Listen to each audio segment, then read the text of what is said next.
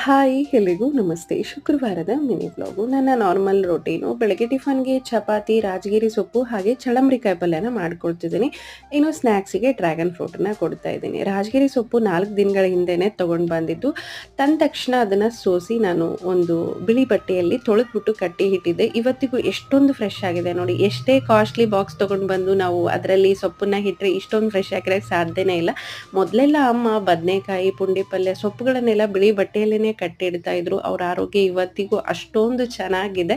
ಇನ್ನು ಬಾಳೆ ಎಲೆ ಊಟ 2-3 ವರ್ಷದಿಂದನೂ ನನ್ನ ಮಕ್ಕಳಿಗೆ ಇದೇ ಥರ ಕಟ್ತಾ ಇದ್ದೀನಿ. ಇತ್ತೀಚೆಗೆ ಪೇಪರಲ್ಲಿ ಓದಿದ್ದು ಬಾಳೆ ಎಲೆಯಲ್ಲಿ ಊಟ ಮಾಡೋದ್ರಿಂದ ನಮ್ಮ ದೇಹದಲ್ಲಿರೋ ಎಷ್ಟೋ ರೋಗಗಳ ನಿವಾರಣೆ ಆಗುತ್ತೆ ಅಂತ ಹೇಳಿ ಸ್ಟೋನ್ನ ತರಿಸಿದ್ದೆ. ಇಂಡೋರ್ ಪ್ಲಾಂಟಿಗೆಲ್ಲ ಸ್ಟೋನ್ನ ಹಾಕ್ಬಿಟ್ಟು ಈವ್ನಿಂಗ್ ಟೈಮಲ್ಲಿ ಮಕ್ಕಳು ಬಂದ ಮೇಲೆ ಅವ್ರನ್ನ ಫ್ರೆಶ್ ಅಪ್ ಮಾಡಿಸಿ ಸ್ನ್ಯಾಕ್ಸ್ನ ಹಾಕ್ಕೊಡ್ತಾ ಇದ್ದೀನಿ.